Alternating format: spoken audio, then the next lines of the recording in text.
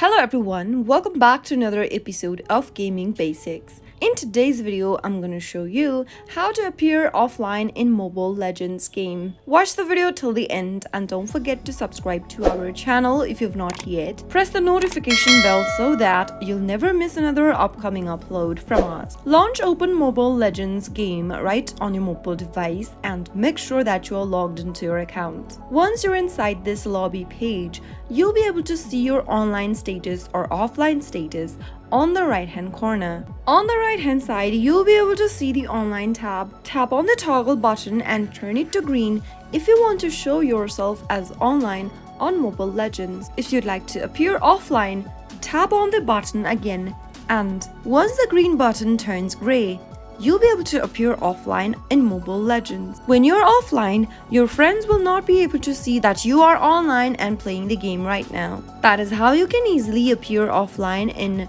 Mobile Legends game. I hope the tutorial was helpful to you. If it was, go ahead and give us a thumbs up. I'll be back soon with more videos like this. Thank you for watching.